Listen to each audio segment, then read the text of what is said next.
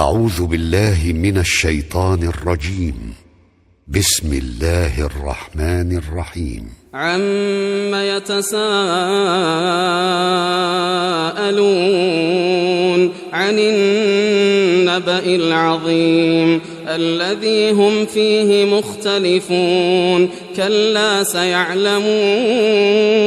ثم كلا سيعلمون ألم نجعل الأرض مهادا والجبال أوتادا وخلقناكم أزواجا وجعلنا نومكم سباتا وجعلنا الليل لباسا وجعلنا النهار معاشا وبنينا فوقكم سبعا شدادا وجعلنا سراجا وهاجا وأنزلنا من المعصرات ماء ثجاجا لنخرج به حبا ونباتا وجنات ألفافا إن يوم الفصل كان ميقاتا يوم ينفخ في الصور فتأتون أفواجا وفتحت السماء فكانت أبوابا وسيرت الجبال فكانت سرابا إن جهنم كانت مرصادا للطاغين مآبا لابثين فيها أحقابا لا يذوقون فيها بردا ولا شرابا إلا حميما وغساقا جزاء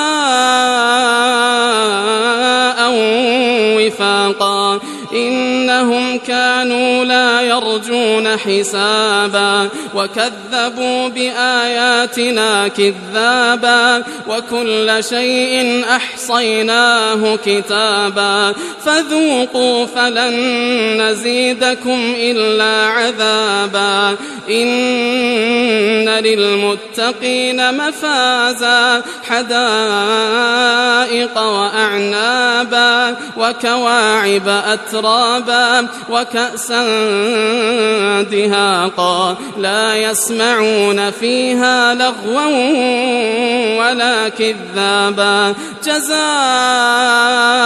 من ربك عطاء حسابا رب السماوات والأرض وما بينهما الرحمن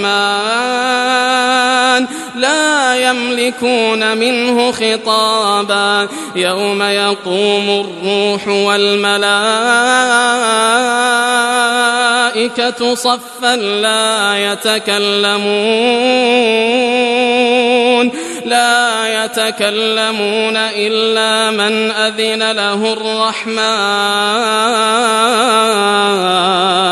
لا يتكلمون إلا من أذن له الرحمن وقال صوابا ذلك اليوم الحق